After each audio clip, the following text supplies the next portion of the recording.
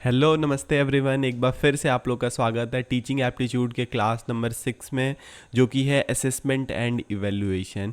तो इससे पहले हम लोग टीचिंग एप्टीट्यूड का पढ़ चुके हैं 5 क्लासेस, जिसमें ऑलरेडी मैंने आप लोग को पीवाईक्यू भी बता दिया हुआ है, इंपॉर्टेंट क्वेश्चंस भी हम लोग डिस्कस कर चुके हैं एंड क्या सिलेबस है टीचिंग एप्टीट्यूड का वो भी हम लोग देख चुके हैं। अगर ये पीडीएफ आप लोग को चाहिए तो इस टेलीग्राम चैनल से जुड़ जाएं या कमेंट बॉक्स में मैंने दिया हुआ है व्हाट्सअप का भी लिंक, वहाँ से आप लोग जुड़ सकते हैं ईजिली एंड ये पीडीएफ ले सकते हैं। और साथ में मैंने बहुत सारे free ICT and case study भी मैंने डाला हुआ है, तो वहाँ से आप लोग ईजिली डाउनलोड कर सकते हैं। ओके, तो आज का टॉपिक है आकलन और मूल्यांकन में डिफरेंस क्या है, ये सबसे पहले हम लोग देखेंगे। असेसमेंट एंड इवैल्यूएशन में क्या अंतर है। तो ये बहुत इजी है, थोड़ा सा लगता है सब कोई को कि बहुत कंफ्यूजिंग टॉपिक है, बट इसको अपन लोग ईज़िली इसको ख़त्म करेंगे। तो चलो देखते हैं। यहाँ पे थोड़ा सा मैंने एक बनाया है सिनारियो। तो मान लो आप जाते हो, जिम जाते हो कि भाई अभी तो अपन को बॉडी बनाना है, अभी बनेंगे अपन लोग सलमान भाई, और लड़कियाँ बोल रही है कि यार अपन तो जिम करके full zero figure Katrina Kaif बन जाना है अपने को। तो आप लोग जिम जाते हो क्या? तो जिम में क्या करता है ना, ट्रेनर आपको बोलता है कि चलो शुरू हो जाओ, ये ये पुशअप करना शुरू करो। तो आप लोग पुशअप करना शुरू करते हो, ओके। एंड देन हर एक 5 पुशअप के बाद जिम ट्रेनर आपका देखता है, ओके चलो कितना वेट कितना बढ़ा या नहीं बढ़ा, ओके। देन फिर आपका वेट देखता है हर एक 5 पुशअप के बाद। फिर अगले दिन आप आते हो, अगले दिन जो है सो फिर आपको बोलता है कि चलो अभी ठीक है, अभी तुम्हारा वेट तो ठीक हो गया है, अब अपन लोग काम करेंगे, एब्स पे काम करेंगे, ओके। तो फिर आपको जो है सो इसका एक्सरसाइज बताता है। तो ये क्या कर रहा है ना, कंटिन्यूअस आपका जिम का ट्रेनर आपको एसेस कर रहा है, कंटिन्यू वेट आपका चेक कर रहा है, फिर आपका प्रोग्रेस देख रहा है कि कितना आप प्रोग्रेस किए हो। तो ये हो जाता है असेसमेंट, ओके।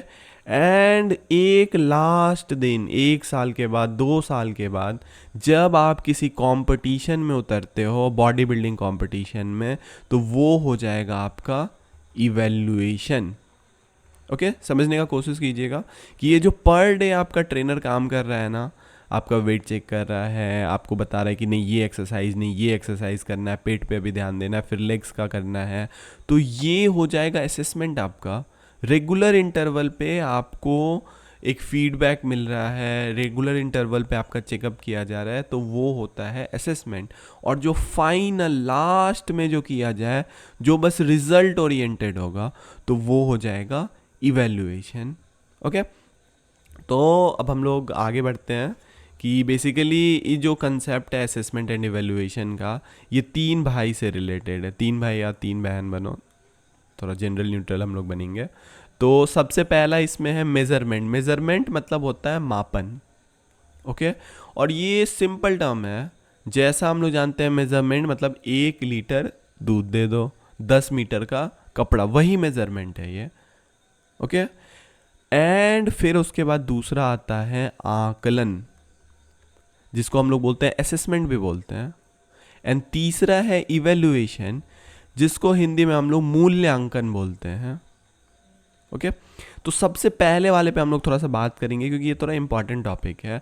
तो ये सबसे छोटा भाई है, मापन सबसे छोटा भाई है, और इसका कोई जजमेंट नहीं है, कोई जजमेंट नहीं है, कोई कमेंट नहीं है, बस एक नंबर डाल देना है, 75, 100, 80, कोई बच्चा कितना मार्क्स लाया है वो बस नंबर डाल देना है कि राजू को भाई 75 नंबर आया है, तो ये हो गया, ओके। तो ये मेजरमेंट हो गया, इसका असेसमेंट और इवैल्यूएशन से कोई लेना देना नहीं है। और ये नेचर इसका कैसा है, मात्रात्मक है, क्वांटिटेटिव है, ओके। तो बेसिकली ये हिंदी को ही मैंने थोड़ा इंग्लिश में कन्वर्ट करके, क्योंकि अब थोड़ा ज़माना बदल गया, इंग्लिश वाला चल गया, अब मैसेज भी हम लोग ऐसे ही टाइप कर रहे हैं, तो इसी के लिए मैं हिंदी तो लिख दिया हूँ बट इंग्लिश में लिखने का कोशिश किया, ओके। सेकेंड हम लोग देखेंगे आकलन क्या है। ये थोड़ा जानने वाला चीज़ है कि ये आकलन एक्चुअली बीच का चीज़ है और ये एक प्रोसेस है, ओके। ये एक प्रक्रिया है, प्रोसेस है, जो जो बच्चे का टोटल ओवरऑल जो लर्निंग हो रहा है डे टू डे, उसका डाटा कलेक्ट करता है, उसको ग्रेड करता है, और ग्रेड ही नहीं करता है बल्कि इम्प्रूवमेंट में हेल्प करता है। लाइक कि बच्चा अगर 10 मार्क्स लाया है यूनिट टेस्ट में तो देखेगा अच्छा 10 मार्क्स क्यों लाया यार, एसेस करेगा इसको 20 मार्क्स पे कैसे ले जाना है, तो ये हो जाएगा असेसमेंट। और जब फाइनल एग्जाम हो गया तो वो डायरेक्ट आपका इवैल्यूएशन हो गया। आप 20 मार्क आ गए, आप कोई चेंज नहीं होगा।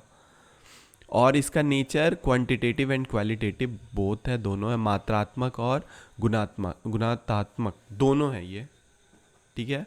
और ये सब इम्पॉर्टेंट वर्ड है, आप लोग नोट डाउन कर लीजिएगा कि डायग्नोस्टिक भी है, नैदानिक है, मतलब इससे बच्चे लोग का पता लगाया जाता है कि क्या इशू है। जैसे डॉक्टर डायग्नोस करते हैं ना ब्लड प्रेशर का या फिर डायबिटीज़ का, उसी तरह ये टीचर का एक टूल है। बताया ऑलरेडी, मैं बता चुका हूँ कि टीचर सर्वज्ञानी है, अब डॉक्टर बन गया। पिछली बार मैं आईएएस बनाए थे ना, अभी डॉक्टर बन गया टीचर। ओके, अब डायग्नोस करेगा बच्चे लोग का कि चलो चलो इधर आओ बच्चों, बताओ क्या कंसेप्ट नहीं समझ में आ रहा है। तो ये असेसमेंट है। और इसी का यूज़ कैसे हम लोग करते हैं, तो इसके लिए हम लोग आगे पढ़ेंगे। हम लोग यूनिट टेस्ट लेते हैं बच्चे का, फिर उससे ओरल करते हैं, फिर ऑब्जर्वेशन है, ठीक है। ये सबसे हम लोग आकलन करेंगे, बच्चे का असेसमेंट करेंगे।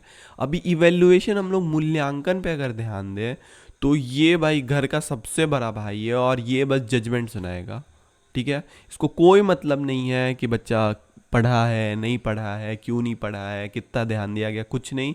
बस इसका काम है कि राजू ने 100/100 लाया तो ये एक्सीलेंट है, राजू ने 30/100 लाया ये घनचक्कर है, ओके, गधा है ये।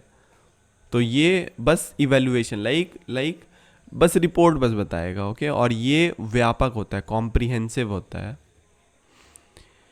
अब ये तीनों का तो हम लोग पढ़ लिए हैं और ये बहुत ही इंपॉर्टेंट है। अभी थोड़ा सा देख लेते हैं ये अब एग्ज़ाम के बारे में भी कि कैसा क्या एग्ज़ाम है और कैसा क्या असेसमेंट का हम लोग देखेंगे, ठीक है।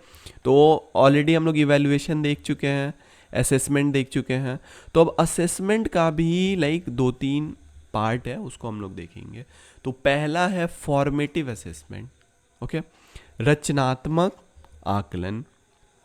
तो ये अब जान रहे हैं हम लोग कि ये जो आकलन होगा ये ड्यूरिंग द प्रोसेस होगा, लाइक चलते रहेगा। तो ये कैसे किया जाएगा, ये यूनिट टेस्ट के द्वारा किया जाएगा। तो अगर क्वेश्चन आता है कि यूनिट टेस्ट किसका पार्ट है, तो ये फॉर्मेटिव असेसमेंट का पार्ट है।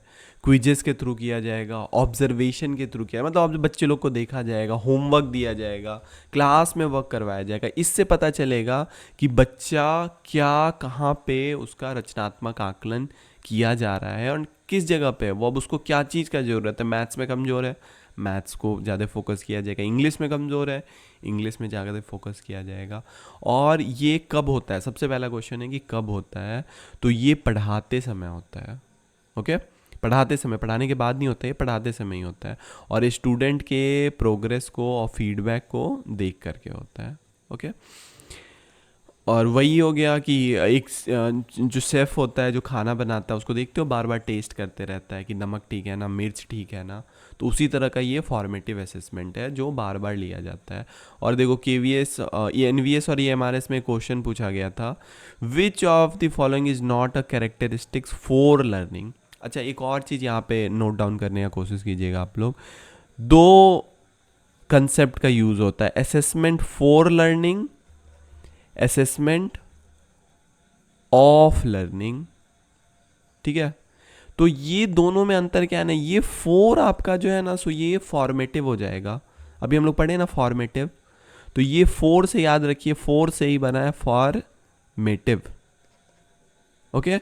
एंड ये आपका होता है समेटिव असेसमेंट, ओके। तो अब कहने का मतलब क्या हुआ कि असेसमेंट फॉर लर्निंग, तो अधिगम के लिए आकलन, ओके। तो बच्चा अगर अधिगम कर रहा है तो उसके लिए जो आकलन किया जाए तो वो होगा असेसमेंट फॉर लर्निंग, वो हो जाएगा फॉर्मेटिव। अच्छे समझने का कोशिश, अधिगम के लिए लगा हुआ है ना, तो के लिए मतलब क्या होता है, उसके लिए, बच्चे के लिए, कि बच्चा कैसे इम्प्रूव करेगा, उसके लिए हम लोग आकलन कर रहे हैं। और असेसमेंट ऑफ लर्निंग क्या हो गया कि बच्चे ने पढ़ाई कर ली है, अब कितना मार्क्स उसको देना है, उसके लिए हम लोग आकलन करेंगे, ओके। तो इसमें था कि which of the following is not अधिगम के आकलन की विशेषता नहीं है, ये प्रश्न था। ओके तो इसका एक्चुअली ऑप्शंस नहीं मेरे को मिला, तो it is judgemental and hence evaluative, मतलब जजमेंटल है और उसका इवेल्युएशन किया जा सकता है। तो ये किसका कैरेक्टरिस्टिक्स है, असेसमेंट ऑफ लर्निंग का है ना, तो इसी के लिए ये गलत है। अभी हम लोग नेक्स्ट कंसेप्ट देखते हैं, समेटिव असेसमेंट का देखते हैं। यही इंड हो गया, अभी टर्म इंड हो गया, फाइनल वर्डिक्ट अपन लोग को देना है, तो वही ये हो जाएगा असेसमेंट ऑफ लर्निंग, कि बच्चा ने कितना पढ़ाई किया। अभी मैंने शॉर्टकट आपको बताया ना, देखो असेसमेंट फॉर लर्निंग है, ठीक है, एंड असेसमेंट ऑफ लर्निंग है। तो फोर वाले में आपको क्या फॉर्मेटिव लिख देना है, फॉर्मेटिव एग्जाम हो रहा है मतलब असेसमेंट फॉर लर्निंग हो रहा है, और असेसमेंट ऑफ लर्निंग के लिए आपको समेटिव एग्जाम होगा, मतलब फाइनल एग्जाम होगा, term exam, final exam, board exam, जिसका रिपोर्ट कार्ड और मास्टर कार्ड मिलता है कि बच्चे ने कितना परफॉर्म किया है। ओके ये समेटिव हो गया। अभी एक और क्वेश्चन हम लोग देखते हैं, सिंपल है, डायरेक्ट है, और एनवीएस में इसके ऊपर डायरेक्ट क्वेश्चन पूछा था कि साल के अंत में ली गई परीक्षा के आधार पर तय होगा कि आप पास हैं या फेल हैं। तो ये किसका उदाहरण है, तो समेटिव का है। Okay and then end of the year pass और फेल दिखे, समझ जाओ कि समेटिव है। समेट लिया ना सब चीज़, सारा सबमिट है, समेट लिया है ना, पूरा पूरा रिजल्ट समेट करके बताया जा रहा है, तो ये समेटिव होगा। अभी अगला है डायग्नोस्टिक टेस्ट, जिसको हम लोग एक्सरे ऑफ लर्निंग प्रॉब्लम्स भी बोलते हैं, तो नैदानिक आकलन। ओके तो ये है कि जब किसी बच्चे को कोई प्रॉब्लम होता है, डिफ़िकल्टी होता है, शिकायत होता है, तो हम लोग ये डायग्नोस्टिक टूल का यूज़ करते हैं। कि जैसे कि डॉक्टर अगर हाथ में दर्द होता है तो डॉक्टर एक्सरे को लिखता है ना, ताकि प्लास्टर हो सके, तो उसी तरह टीचर जो है सो बच्चे लोग का पहले प्रॉब्लम देखता है, डायग्नोज करता है प्रॉब्लम। ओके कि बच्चा को इंग्लिश में दिक्कत है, हिंदी में दिक्कत है, किस सब्जेक्ट में, किस टॉपिक में दिक्कत है, नैदानिक आकलन करता है। उसके बाद बच्चा को डोज देगा ना, मेडिसिन भी देगा, मतलब डोज मतलब ये नहीं कि दून देगा, जॉली जॉली पढ़ाना है, मतलब खुश होकर के ही पढ़ाना है, बट उसको फिर रेमेडियल क्लास दिया जाएगा। अभी आप लोग ज्वाइन करोगे स्कूल तो आप लोग को भी रेमेडियल क्लासेस लेने पड़ेंगे, उपचारात्मक शिक्षण, उपचार करोगे। अब बताएं शुरू में पहले आईएएस बने थे, लास्ट वीडियो में हम लोग देखे हैं कि टीचर सब कुछ है, फैसिलिटेटर है एंड फ्रेंड है, गाइड है, फिलोसफर है। अब देखो अब डॉक्टर भी बन गया टीचर, डायग्नोस कर रहा है तो डॉक्टर भी बन गया टीचर। ओके अभी मेनोनॉमिक्स अगर हम लोग देखेंगे तो फॉर्मेटिव जो है सो फीडबैक से सुधर जाएगा, और समेटिव साल के बाद होगा। ओके ये नेक्स्ट एक थोड़ा सा हम लोग देख लेते हैं, एक डिफरेंस है। क्लासरूम का सिनेरियो देगा, ओके, और पूछेगा कि ये कौन सा असेसमेंट है। अगर दे देगा कि बच्चा बार बार एग्जामिनेशन में एक बच्चा है, क्लासरूम में एक बच्चा है जो बार बार अच्छा नहीं परफॉर्म कर पा रहा है, ओके, तो सबसे पहले उसका क्या किया जाएगा, तो उसका सबसे पहले डायग्नोस किया जाएगा, ओके, एंड देन उसको रेमेडियल क्लासेस दिया जाएगा, बीच बीच में यूनिट टेस्ट लिया जाएगा, ओके, एंड देन लास्ट में हम लोग उसका समेटिव असेसमेंट लेंगे। ओके मूल्यांकन लास्ट में, सबसे लास्ट में होगा। ओके अभी है कि टूल्स ऑफ असेसमेंट, कि इनमें से कौन सा फॉर्मेटिव असेसमेंट का टूल है, तो ऑब्जर्वेशन रहेगा, एनेक्डोटल रिकॉर्ड रहेगा। तो इस सब पे थोड़ा सा ध्यान देना है कि ऑब्जर्वेशन क्या होता है, एनेक्डोटल रिकॉर्ड क्या होता है। एनेक्डोटल रिकॉर्ड क्या हो गया ना, कि बच्चों का सारा रिकॉर्ड रहेगा उसमें, कि उसका फ्रेंड कौन है, 4-5 फ्रेंड है, उसके बाद उसका हेल्थ कंडीशन क्या, मतलब सब उसका रिकॉर्ड रहेगा। और डायग्नोस्टिक का है, देखो डायरेक्ट क्वेश्चन आएगा कि डायग्नोस्टिक इवैल्यूएशन का क्या लाइक मीनिंग है, पर्पस क्या है, तो causes of the learning difficulty ये है। ओके अभी देखेंगे हम लोग असेसमेंट, इनके बीच में कोर डिफरेंस पूछेगा, याद रखना। असेसमेंट प्रोसेस ओरिएंटेड है और evaluation product oriented, product means result oriented है। इवैल्यूएशन देखो अभी जो आप लोग एग्जाम दोगे ना, सिंपल सी बात है, जो बच्चे लोग को हम लोग टीच करते हैं ना क्लास 6 में, 7 में, 8 में, 9 में, वो होता है आप लोग को असेसमेंट होता है। बच्चा अगर अच्छा नहीं कर पाता तो उसको हम लोग देते हैं ना, बट ये जो अभी कॉम्पिटिटिव एग्जाम आप लोग दे रहे हो ना, ये इवैल्यूएशन है। अगर शॉर्ट टर्म में समझना चाहो, ये डायरेक्ट आपको अगर नहीं अच्छा कर पाए, कोई मौका नहीं है इम्प्रूव करने का, आप बाहर हो जाओगे। ओके तो अगर ये पीडीएफ चाहिए तो इस टेलीग्राम चैनल से आप लोग जुड़ सकते हैं, एंड वीडियो को थोड़ा दोस्तों को भी भेज दो यार, देखते हैं। अभी सीसी का मतलब क्या है, कंटिन्यूस एंड कॉम्प्रिहेंसिव का मतलब क्या है, कॉम्प्रिहेंसिव का, तो कॉम्प्रिहेंसिव मतलब ये होता है कि बच्चे लोग का एकेडमिक और पढ़ाई वढ़ाई के साथ साथ उसका खेल कूद भी देखना, वही कॉम्प्रिहेंसिव है। ओके और कंटिन्यूस मीन्स चलते रहने वाला। ओके और यहाँ एक बार हम लोग शॉर्टकट में देख लें तो मेजरमेंट क्या है, सिर्फ नंबर है। असेसमेंट क्या है, वही बच्चों का सुधार के लिए किया गया। इवेल्युएशन है, वही पास फेल कर गया। फॉर्मेटिव है, ड्यूरिंग होगा, यूनिट टेस्ट होगा, इसी से रिलेटेड है। इन इवेल्युएशन आपका समेटिव हो गया। और डायग्नोस्टिक में हम लोग जड़ तक जाएंगे। अभी देखो पहला क्वेश्चन है, बहुत इंपॉर्टेंट है। इन क्वेश्चंस को मैं तो बोलूँगा यार अच्छे से थोड़ा सा करके खुद से भी देखो। रचनात्मक आकलन का प्राथमिक उद्देश्य है, तो primary purpose of formative assessment. Formative हम लोग देखे ही हैं, फॉर्मेटिव के लिए मैंने बताया था ना, फॉर लर्निंग। ओके आकलन किस चीज़ के लिए, पढ़ाई के लिए, कि बच्चे लोग का आकलन करेंगे हम लोग पढ़ाई के लिए कि ठीक है वो कैसा है। तो ग्रेड एंड रैंक नहीं, लास्ट में तो ये नहीं दिया जाएगा ना, क्योंकि बच्चे के लिए कर रहे हैं ना, बच्चे के लिए हम लोग ये आकलन कर रहे हैं, अपने लिए नहीं कर रहे हैं, बच्चे के लिए कर रहे हैं कि बच्चों को और अच्छा बनाया जाएगा। Provide feedback to the student for improving the teaching. हाँ ये फीडबैक की तरह काम करेगा कि बच्चों लोग को सुधार के लिए शिक्षक को भी मिल गया और बच्चे लोग को भी पता चल गया।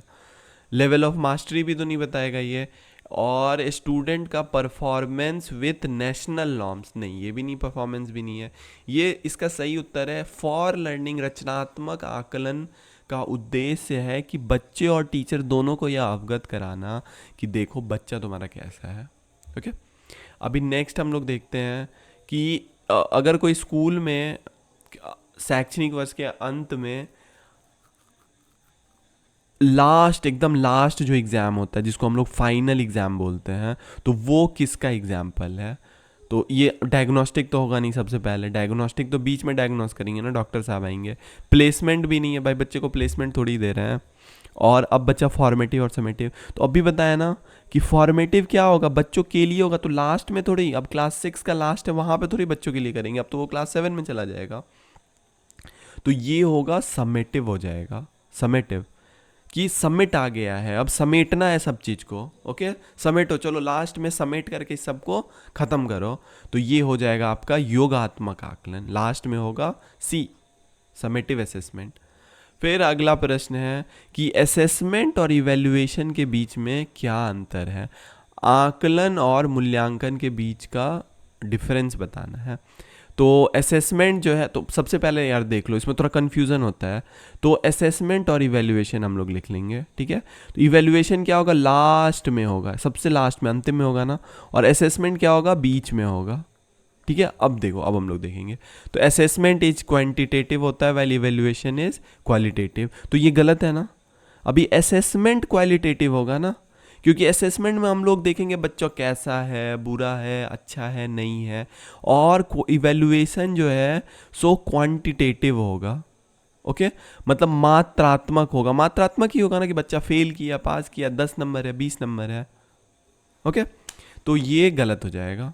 अगला है कि assessment is a product while evaluation, आकलन एक उत्पाद है, ये प्रोडक्ट है, असेसमेंट नहीं ना। इवैल्यूएशन एक प्रोडक्ट है, प्रोडक्ट मतलब क्या हो गया, लास्ट में जो हम लोग यूज़ कर रहे हैं।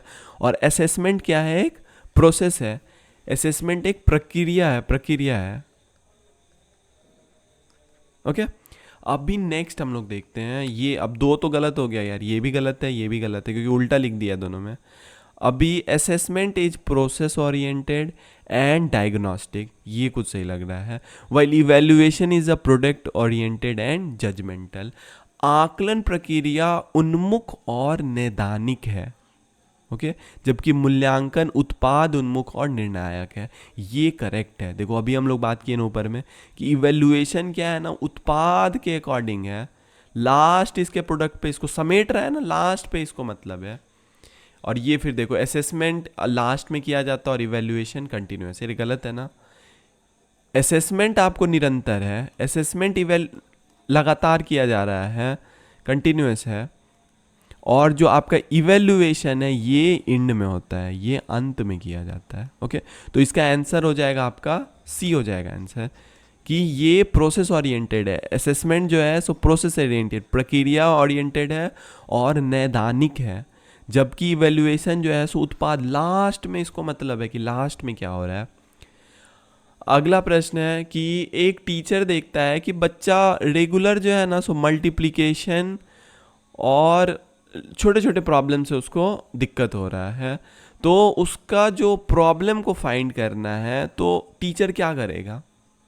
तो सिंपल देखो, क्वेश्चन बहुत सिंपल है कि एक बच्चा को पढ़ाया जा रहा है, ओके, टीच किया जा रहा है, बट फिर भी उसको जो बुनियादी बेसिक उसको मैथ है उसको प्रॉब्लम है ही, तो लाइक क्या किया जाएगा, उसका सम असेसमेंट लिया जाएगा? नहीं, फॉर्मेटिव असेसमेंट तो लास्ट में समेटिव असेसमेंट लास्ट में होगा, फॉर्मेटिव बीच में नहीं है।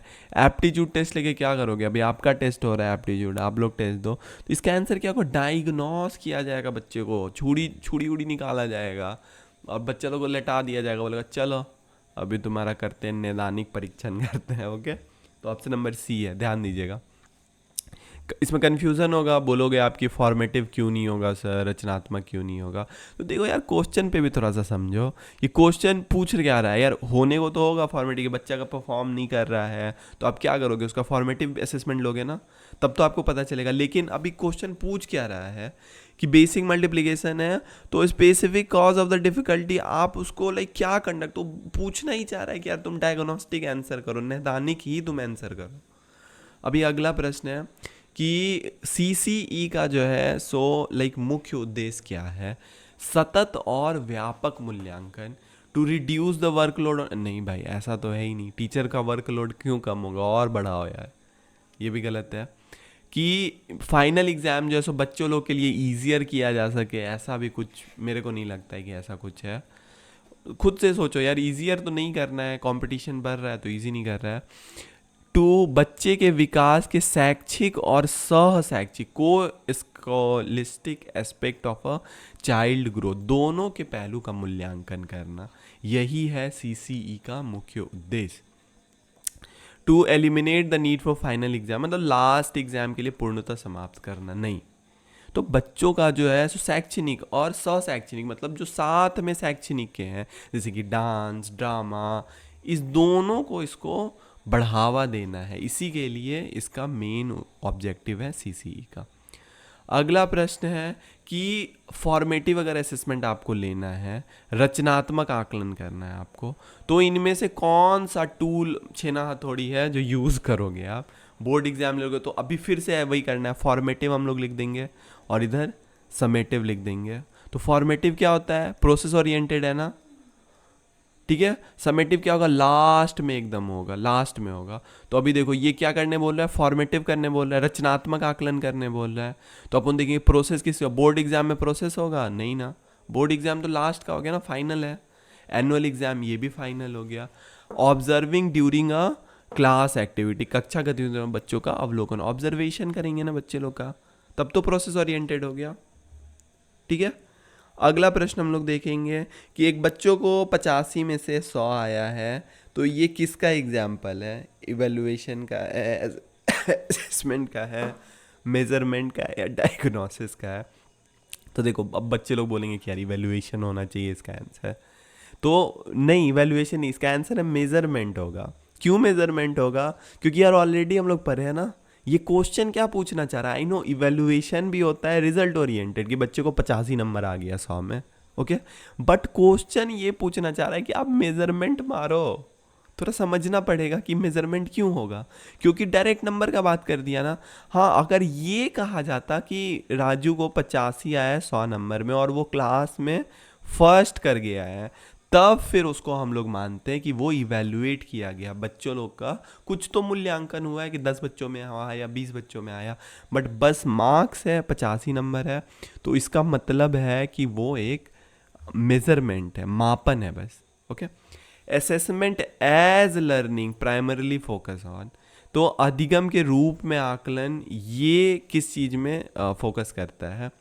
तो the teacher assessing the student नहीं, ये भी इम्पॉर्टेंट है थोड़ा। असेसमेंट ऑफ लर्निंग का हम लोग बात कर लिए, फॉर लर्निंग का बात कर लिए, एंड एज लर्निंग का हम लोग नहीं बात किए थे, तो इसमें है एज लर्निंग का हम लोग बात करेंगे। हम लोग बात कर लिए थे अधिगम के लिए आकलन, अधिगम का आकलन भी बात कर लिए थे, अधिगम के रूप का नहीं बात किए थे, के रूप का आकलन, के रूप में आकलन। तो टीचर इसमें एसेस नहीं करेगा, थोड़ा समझने का कोशिश कीजिएगा। टीचर नहीं एसेस करेगा, स्टूडेंट का पीयर भी नहीं एसेस करेगा, मतलब उसका दोस्त नहीं बोलेगा कि देखो अबे तुम बहुत बदतमीज हो, दोस्त नहीं बोलेगा। लेकिन स्टूडेंट खुद के साथ इंगेज होगा और रिफ्लेक्ट करेगा कि भाई हम कहाँ मिस्टेक कर रहे हैं।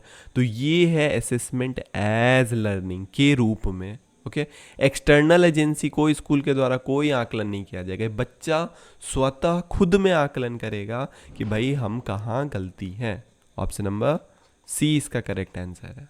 ओके, अगला प्रश्न है कि पॉपअप क्विज आ जा रहा है चैप्टर के बीच में, बार बार जो है सो अचौक प्रश्नोत्तरी, एकदम बच्चा को चौक करवा दिया जा रहा है। तो ये किसका मतलब है? स्टैंडर्डाइज टेस्ट है, मानकृत परीक्षा है? नहीं यार, स्टैंडर्डाइज तो होता है कि पूरा एकदम ऑप्शन होगा, मैच दी फॉलोइंग होगा, मतलब ऐसे करके है। प्लेसमेंट हो जाएगा, बच्चा अगर आंसर करते हो तो प्लेसमेंट हो जाएगा, नहीं ना यार। समेटिव है, योगात्मक है या रचनात्मक है? इसी दोनों में से कुछ होगा। आप बताओ क्या होगा? ऑप्शन मेरे को बताओ, आप लोग बताओ, बहुत मैं मतलब बता रहा हूँ। अच्छा चलो मैं ही बता देता हूँ यार। ये देखो हम लोग अभी बात की ना, फॉर्मेटिव बीच का होगा, तो इसी के लिए इसका आंसर फॉर्मेटिव है। बीच का है ना, बच्चे लोग का हम लोग अचौक निरीक्षण कर रहे हैं कि पढ़ रहा है या फिर बस घुमा फिरी कर रहा है। ओके, अभी नेक्स्ट है कि अगर टेस्ट कंसिस्टेंटली लिया जा रहा है तो सामान्य परिस्थिति में परिस्थिति प्रसार होने लगातार समान परिणाम दे रहा है, ठीक है, समान परिणाम दे रहा है, तो वो परीक्षण क्या कहा जाता है? वैलिड होगा, ठीक है, रिलायबल होगा, ऑब्जेक्टिव होगा, वस्तुनिष्ठ होगा, या कॉम्प्रिहेंसिव होगा? तो इसमें देखो दो ही ऑप्शन होगा। अब ऑब्जेक्टिव तो ये कैसे है कि वस्तुनिष्ठ है? ये तो नहीं पता है हम लोग को ना।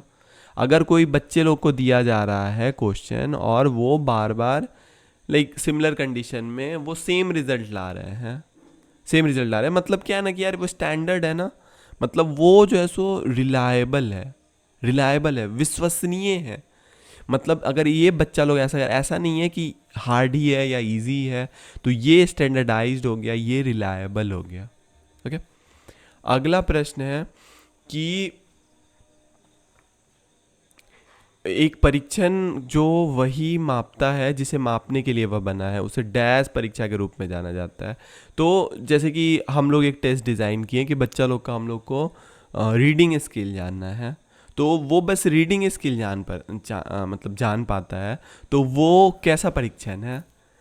रिलायबल है, यूजेबल है, ऑब्जेक्टिव है या वैलिड है? ऑब्जेक्टिव तो होगा ही नहीं। ओके, यूजेबल हो सकता है, हाँ यूजेबल है, और विश्वसनीय भी हो सकता है, बट इसका आंसर है वैलिड है। थोड़ा इसको ध्यान से हम लोग लाइक इन क्वेश्चंस को आप लोग नोट डाउन कर लीजिएगा, क्योंकि कंफ्यूजिंग है। ये देखो 10th भी कुछ इसी टाइप का क्वेश्चन था कि सेम रिजल्ट आ रहा है, तो वो क्या है? रिलायबल हो जाएगा। बट अगर जिस चीज़ के लिए हम लोग इंटेंड किए थे वही मेज़र कर रहा है वो, तो वो हो जाएगा वैलिड, हो जाएगा। वैलिड है ना? अगर हम लोग सिंपल है, देखो रिलायबल भी होगा, रिलायबल है, लेकिन दोनों में अंतर क्या है थोड़ा समझने का, विश्वसनीय और दोनों में अंतर क्या है थोड़ा समझने का कोशिश करना है। कि देखो जब हम लोग वैलिड का बात करेंगे, मतलब हम लोग क्या बात किए? वैध का बात हम लोग किए। मतलब इसका क्या है कि कोई हम लोग टेस्ट बनाए हैं, ओके, और इसको हम लोग इम्प्लीमेंट कर रहे हैं, तो ये करेक्ट रिजल्ट दे रहा है। देखो जिस चीज़ को मापने के लिए हम लोग मेज़र किए थे वो कौन सा टेस्ट है? तो वैलिड टेस्ट है, ठीक है। और रिलायबल मतलब क्या हो गया कि अगर कोई ग्रुप का बच्चा है और वो सही दे रहा है, सही रिजल्ट दे रहा है, तो वो क्या हो जाएगा? रिलायबल हो जाएगा, कि उस पर हम लोग डिपेंड कर सकते हैं। तो अगला प्रश्न है कि खुले अंत वाले प्रश्न, जैसे कि आपको ऐसा why do you think this, what if, तो ये सबसे उचित है मूल्यांकन के लिए। क्यों? क्योंकि इसे रटने का हम लोग को क्षमता मिलता है। नहीं यार, वाई और व्हाट क्वेश्चन में क्षमता नहीं होता है। फैक्चुअल रिकॉल नहीं, क्रिटिकल थिंकिंग एंड क्रिएटिविटी। अभी व्हाट क्वेश्चन होता है, फैक्चुअल रिकॉल हु होता है, who is the president of India, what is your name, what is this.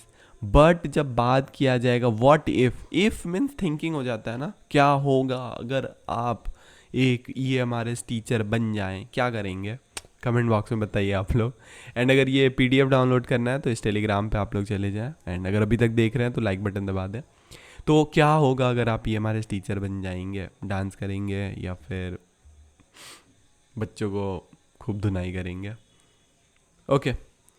अगला प्रश्न है, योगात्मक आकलन की प्राथमिक सीमा यह है। लिमिटेशन क्या है? समेटिव हम लोग जान लें, समेट लिए हैं, लास्ट में हम लोग ले रहे हैं समेटिव असेसमेंट। तो इसका लिमिटेशन क्या, मतलब इसका सीमा सीमा सीमा लड़की वाला नहीं, मतलब रोक कहाँ पे है? ठीक है, तो पहला है इसमें, यह बहुत आसान होता है छात्रों के लिए। कहाँ से यार, फाइनल एग्जाम में पसीना छूट जाता है, गलत है ये इमीडिएट फीडबैक और इम्प्रूवमेंट का काम नहीं देता है। सही है यार, ये सीखने की प्रक्रिया के दौरान तत्काल प्रतिक्रिया सुधार के लिए बहुत कम अवसर प्रदान करता है। मतलब कहाँ अवसर है? लास्ट है ना, समेटिव है, फॉर्मेटिव तो है नहीं। ग्रेडिंग पर्पस के लिए इसका यूज़ नहीं कर सकते, गलत। ग्रेडिंग पर्पस के लिए तो करते ही है ना, फाइनल में बोलते हैं इसको A+ आया, इसको B+ आया। और take too much time to conduct, बहुत अधिक समय लगता है एग्जाम कंडक्ट। नहीं, ऐसा भी कुछ नहीं है, 2 घंटे का टेस्ट होता है, 2 घंटे में ख़त्म हो गया। तो लिमिटेशन इसका यही है कि बच्चे को हम लोग फीडबैक नहीं दे पाते हैं। ओके, डायरेक्ट हम लोग उसको रिजल्ट थमा देते हैं। असेसमेंट ऑफ लर्निंग किसके साथ साइनोनिमस है? चलो एक बार फिर से हम लोग देख लेते हैं। असेसमेंट ऑफ लर्निंग था, अधिगम का आकलन करना था। असेसमेंट फॉर लर्निंग था, अधिगम के लिए आकलन करना था। और एक क्या था, असेसमेंट के रूप था ना, के रूप। तो इसमें क्या होता है, असेसमेंट एज में बच्चा खुद से सेल्फ एसेस करेगा। और असेसमेंट फॉर लर्निंग के लिए क्या होगा कि बीच बीच में लाइक प्रोसेस ओरिएंटेड है, ये प्रक्रिया निर्भर है कि प्रोसेस है कि धीरे धीरे हो रहा है, बच्चों का सिखाए और टीचर उसको गाइड करे। और ये लास्ट है, फुल लास्ट है, एंड है। ओके, तो हम लोग को बात क्या करना है असेसमेंट ऑफ लर्निंग का ना, तो ये हम लोग देखो फॉर्मेटिव असेसमेंट, रचनात्मक आकलन।